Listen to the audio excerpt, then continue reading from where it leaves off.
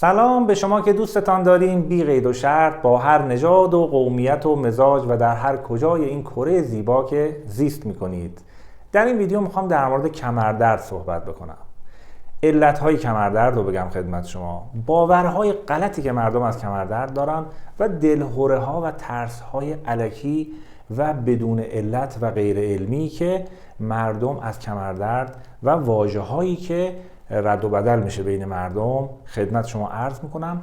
درمان ساده دیسک کمر، فتق دیسک، تنگی کانال نخاع و آسیب های کمر رو میگم.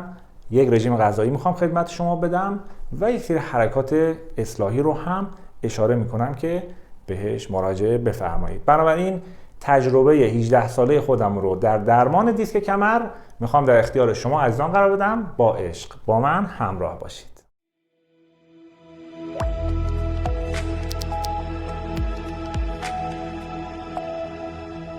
عزیزان، کمردرد خیلی ها فکر میکنن وقتی که دچار کمردرد میشن لازم حتما برن MRI.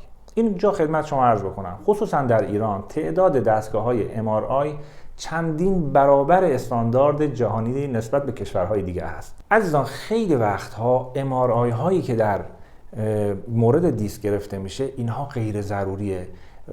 با یک سری از دوستانی که متخصص بودن در این زمینه صحبت میکردم میگفتن بیش از 90% MRI ها غیر ضروری هست و زمانی که فرد مراجعه میکنه با یک استرسی میاد، یک عکسی میاره و بهش میگن مثلا شما دیسکت دچار تحت فشار هست یا دیسکت مثلا بیرون زدگی داره یا تنگی کانال نخاع داری و ذهن مردم از دیسک یک قطعه سخت افزاری در بدن انسان هست که این کاملا اشتباهه.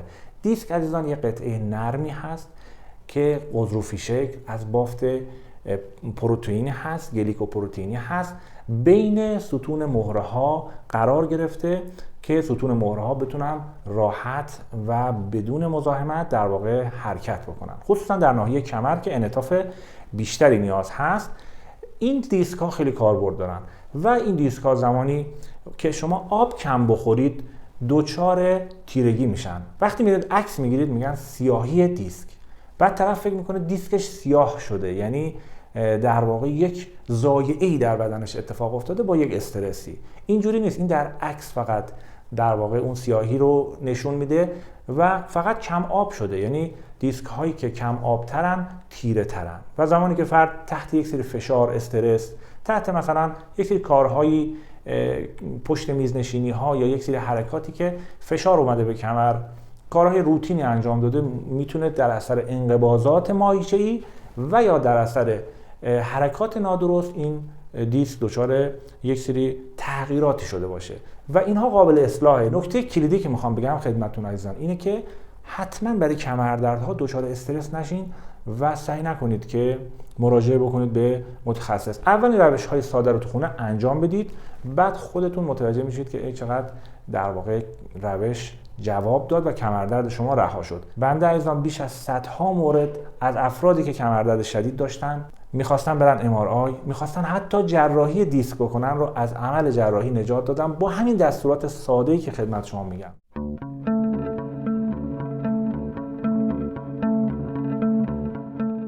میخوام عزیزان انواع کمردرد رو بگم و علت کمردرد اصلا چی هست، چرا ما دچار کمردرد میشیم. چند تا علت اصلی هست.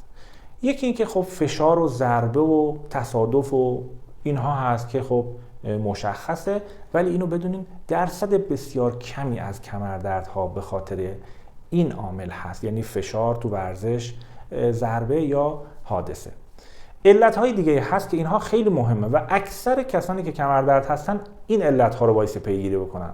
یکی از علتهای مهم عزیزان اسپاسم عصب و عضله هست. زمانی که فردی دچار اسپاسم مایچه میشه در ناحیه پشت خودش، این اسپاسم ها باعث میشه که ستون فقرات رو یه مقداری تغییر شکل میده و مهره ها رو به هم نزدیک میکنه و دیسک رو تحت فشار قرار میده. تحت فشار قرار گرفتن دیسک همان و بیرون زدگی و آسیب همان. و دیسک عزیزان قابلیت ترمیم داره، این نکته رو بدونید، این خیلی نکته مهمیه. دیسک قابلیت ترمیم داره، خیلی مهمه. فکر نکنید که یه قطعه سخت افزاری هست، باید برین جراحی کنین، پلاتین بذارید و عمل انجام بدید. نه، اول کارهای ساده رو انجام بدید با این روش‌هایی که میگم، بعد اگه بهبودی حاصل نشد برید سراغ روش‌های تهاجمی و روش‌های سخت و مشکل.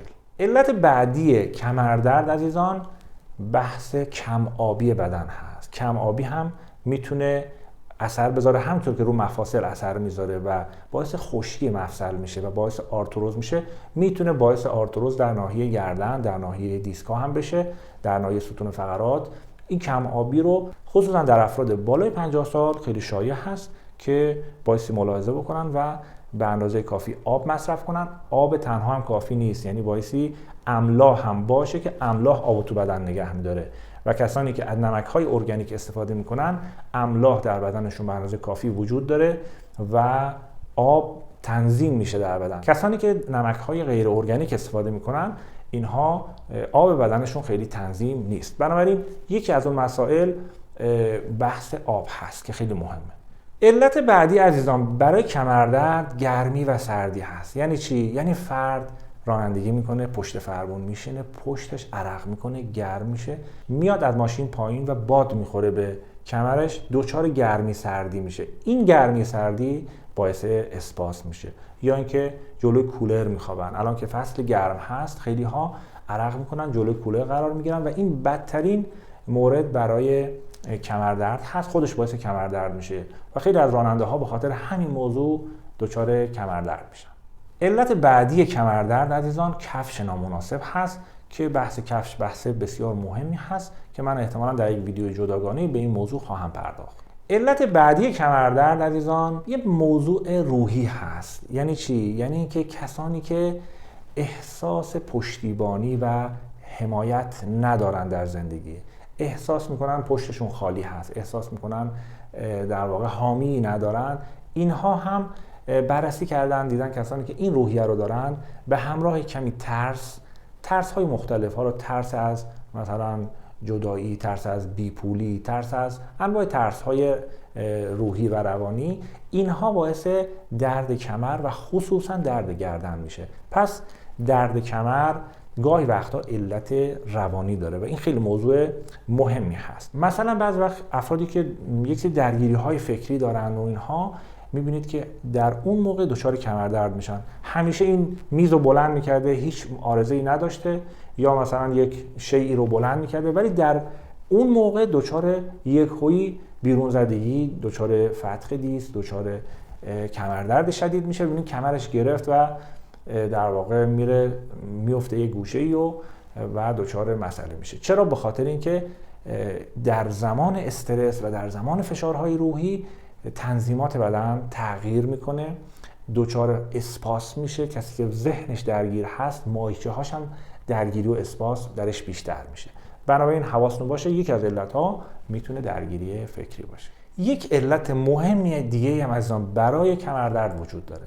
کسانی که بدنشون اسیدی میشه اینها در معرض کمردرد قرار میگیرن. وقتی که بدن دچار اسیدوز میشه، این اسیدی شدن بدن باعث اسپاسم در جای بدن میشه، خصوصا جاهایی که در واقع مایچه داره، عضله داره و تحت فشار هست. بنابراین کسانی که ماست زیاد میخورن، دوغ زیاد میخورن، ترشی، غذاهای اسیدی زیاد میخورن و کسانی که هرس زیاد میخورن، چون هرس خوردن باعث میشه روزانه 2 لیتر اسید اضافی در معده ترشح بشه. این اسید وارد روده و جذب سیستم خون میشه و بدن دچار یک اسیدوز میشه و یه مقداری تغییر pH باعث زمینه سازی برای اسپاسم ها میشه. بنابراین زمانی که فرد دوغ زیاد میگه، خودش هم میگه زمانی که من دوغ میخورم کمردرد میشم، زمانی که ترشی میخورم کمردرد میشم. پس یک علت مهم برای کمردردها حالت اسیدی بدن هست. یه علت دیگه هم کمردرد داره، بحث یبوست. یبوست عجیب تأثیر میذاره روی کمردرد و خود یبوست چون ستون فقرات و روده هایی که در واقع محفظه شکم هستن جلوی ستون فقرات قرار دارن، وقتی که فرد دچار یبوست میشه فشار میاره به ستون فقرات و خود این باعث درد کمر، احساس خستگی میشه. بنابراین یبوست خیلی مهم هست. و همچنین غلظت خون که وقتی که فرد دچار غلظت خون میشه، خون رسانی و اکسیژن خوب به عضلات و دیسک نمیرسه و باعث اسپاس در اون ناحیه میشه. بنابراین کسانی که دچار غلظت خون هستن هم خیلی وقتا میبینید آدمهای هیکل و تنومندی هم هستن، قوی هستن، ولی دچار کمردردن. چرا؟ چون غلظت خون دارن که در ویدیو جداگانه من درمان‌ها و روش‌های بهبودی رو خدمتتون گفتم برای هم رفع یبوست و هم برای غلظت خون.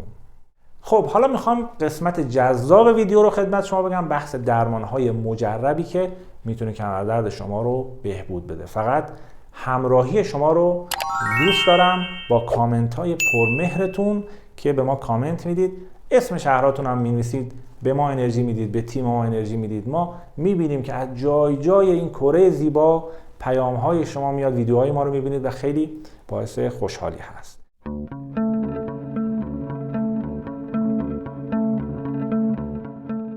بریم سراغ درمان دیسک، کمردرد و تنگی کانال نخاع. انواع کمردرد رو من در یک برنامه غذایی خدمت شما توضیح میدم و در یک دوره 2 هفته‌ای شما میتونید تغییرات بسیار محسوسی در درد کمر خودتون ببینید و خیلی ها در همین 2 هفته بهبود پیدا کردن و از جراحی منصرف شدن، از MRI منصرف شدن، برگشتن سر کاراشون.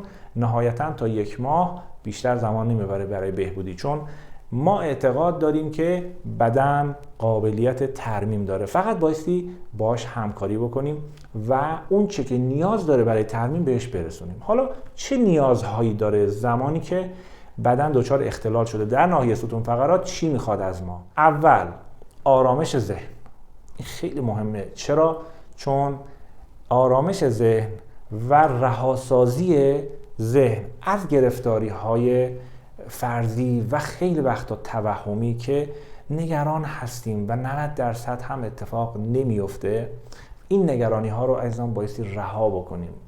این رهاسازی باعث میشه که بدن ما هم واکنش نشون میده و گرفتگی ها و اسپاسم های عضله خودش رو رها میکنه. این خیلی موضوع مهمیه. من بعضی وقت با بیمارانم فقط صحبت میکنم نیم ساعت، بعد از صحبت کردنم میرم میگم ما کار خاصی نکردیم و هیچ داروی استفاده نکردیم، کمردردمون بهبود پیدا کرد. چرا؟ چون درمان اونها روحی روانی بود، نیاز داشتن به رهاسازی ذهن و اون چی که آزارشون میداد. من همیشه میگم اون چی که آزارتون میده یادداشت کنید رو کاغذ و این رو بسپارین به هوشمندی عالم هستی و یا اگر بلدین حلش بکنید راهکارش رو جلوش بنویسید، درون خودتون نگهش ندارید. این خیلی موضوع مهمی هست. پس اول از همه آرامش ذهن.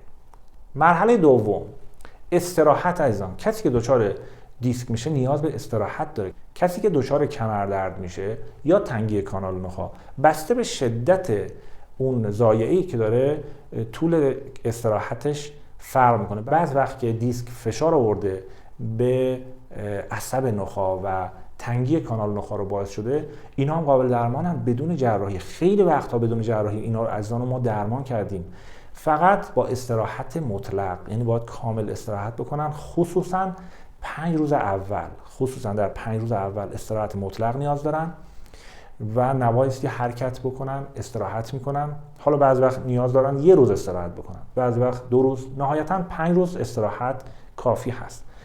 و روغن مالی چیکار میکنه عزیزان؟ روغن مالی باعث میشه که خون رسانی رو در قسمت بافت آسیب دیده و ملتهب افزایش میده و این افزایش خون رسانی باعث میشه که اکسیژن به اونجا میاد، رفع اسپاس میکنه، ضایعه برطرف میشه، قدرت ترمیم افزایش پیدا میکنه و همیشه باید خیس باشه ناحیه ستون فقرات در زمانی که درد هست. چطوری خیس باشه؟ با روغن. با چه روغنی؟ بهترین روغن سیاه دونه هست. اگر روغن سیاه دونه داشتید، اگر داشتید روغن بادام تلخ هم بسیار عالیه، میتونید به نسبت مساوی قاطی بکنید و چرب بکنید و یک نایلونی از پشت گردن تا پایین ستون فقرات بچسبونید، شب تا صبح بخوابید. 2-3 روز اول کاملا خیس باشه. این خیلی مهم و کمک کننده هست.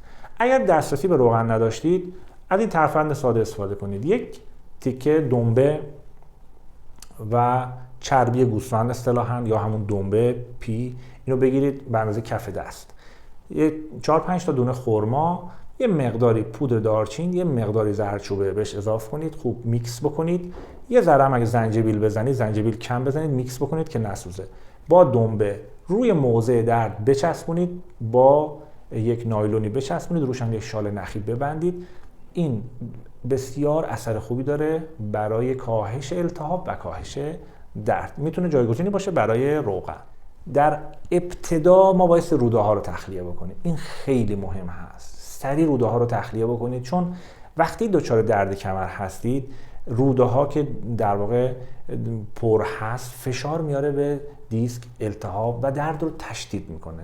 هر علتی داشت کمر درد، اول روده ها رو تخلیه بکنید. این توصیه رو به همکاران عزیزم میکنم، خصوصا کسانی که در حوزه طب سنتی کار میکنن، بدونن بیمار مراجعه کرد اول بهش مسهل بدید. مسهل هر چیزی که در دسترسش بود، روغن کرچک بخوره، یا میتونه برگ سنا و گل محمدی رو اصطلاحاً بجوشونه بخوره، یا میتونه یه گیاهی هست به نام فلوس که اون فلوس عربی نه، یه گیاه هست به نام فلوس لوله‌ای شکل شبیه روده هست و اینو نیمکوب کنه، بجوشونه، جوشوندهشو با یه مقداری ترنجبین یا عسل شیرین کنه، میل کنه، روزی 2 مرتبه این کار رو انجام بده و اول، یعنی در روز اول که میخواد استراحت انجام بده، همزمان بایستی تخلیه روده ها رو انجام بده. این خیلی مهمه. روزی 2 بار 3 بار تخلیه روده، یعنی نگه یبوست ندارم، این رو استفاده بکنه، چون بعضی وقت یه سری رسوباتی در روده هست که این خودش باعث سنگینی روده و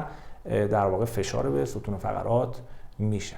بعد از اینکه روده ها تخلیه شد، اون روغن مالی رو میتونید انجام بدید، یا اینکه یک سری در واقع چسب هایی هست که میزنن روی کمر، بهش میگن زفت یا همون چسب ضد درد. چسب هایی هست که بعضی وقت فلفلی هست اصطلاحاً، میزنن، خیلی هم میسوزه ولی خون رسانی رو به اون موضع زیاد میکنه. این هم خیلی کمک میکنه. میتونید یک چند ساعتی از اونها هم استفاده بفرمایید.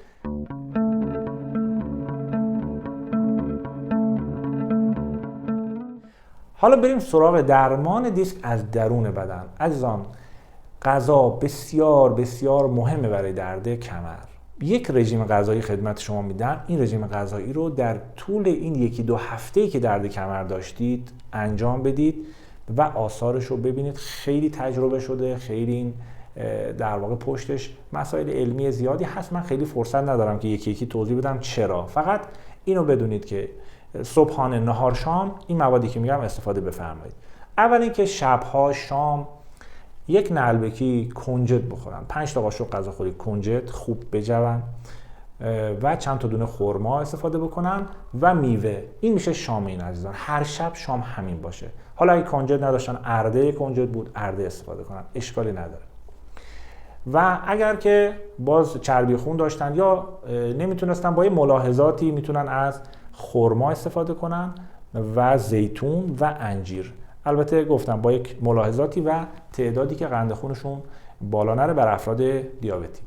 در وعده صبح چی بخورن؟ وعده صبح میوه‌جات مصرف بکنن، میوه رو رنده بکنن با یه مقدار عسل، با یه قاشق عسل مخلوط کنن به همراه یه لیوان شیربادام. شیربادامی که شیر نداره، آب، بادوم، عسل، آب یه لیوان، بادام 15 عدد، یه قاشق عسل و داخل این اگر سویق سنجد داشتن بسیار عالیه. اگر پودر سنجد داشتن بریزن بسیار عالیه.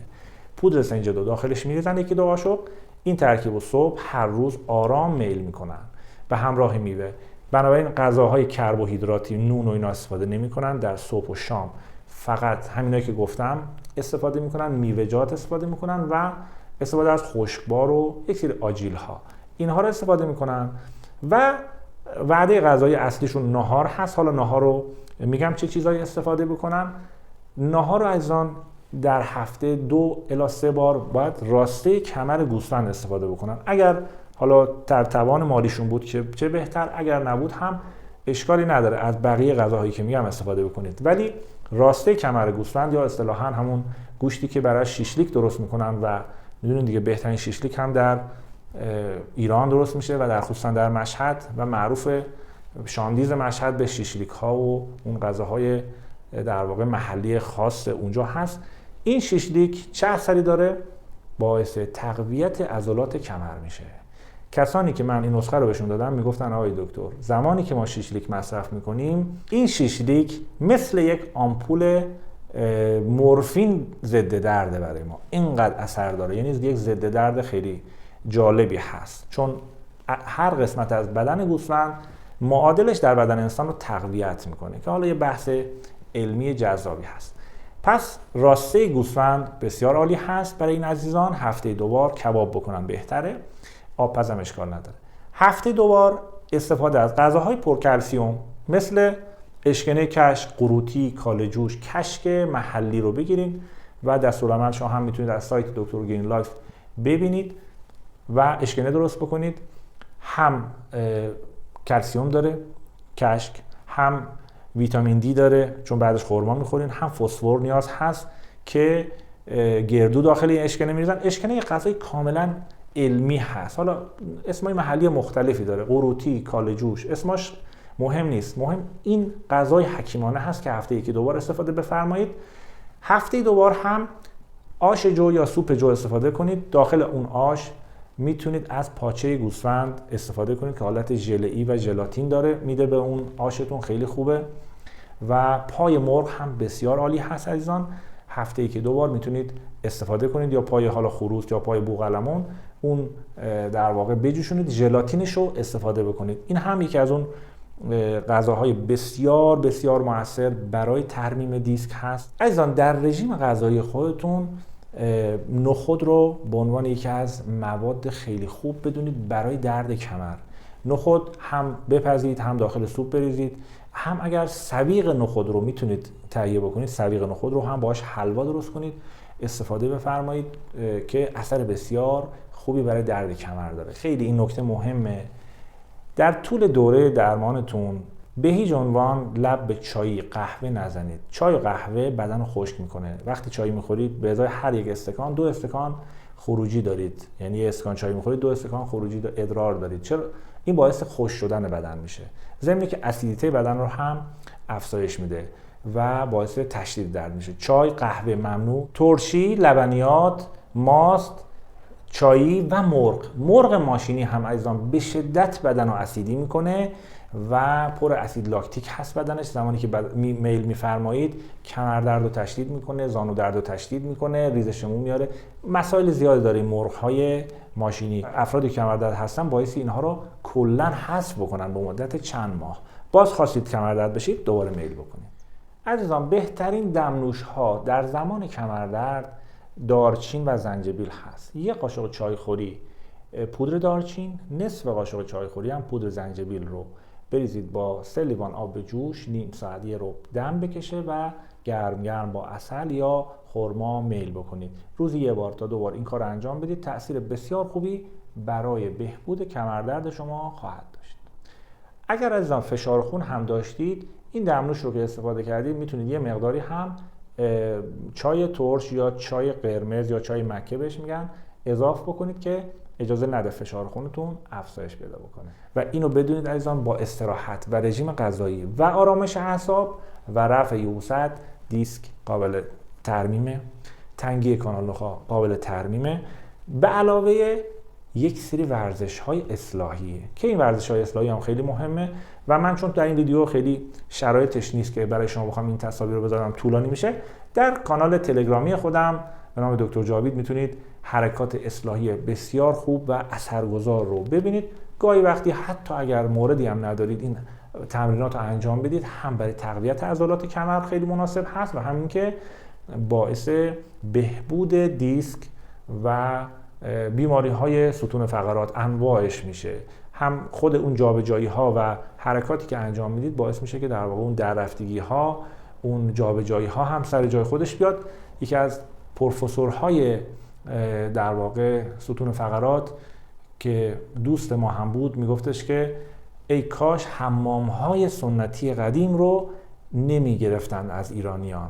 زمانی که اونها بود مردم مراجعه میکردن و کار ما جراحا رو انجام میدادن. اون ماساژوری که میومد بهش میگفتن دلاک، میومد تمام با یک ماساژی که میداد تمام این دیسک ها رو سر جای خودش قرار میداد. فشاری که میداد کاملا هوشمندانه و عالمانه بود و اجازه نمیداد کار به جاهای باریک برسه. بنابراین حالا که نیست خودمون بایستی یک سری حرکات اصلاحی رو در منزل انجام بدیم. ممنون از همراهی پرمهر و محبت شما عزیزان. خدا نگهدار.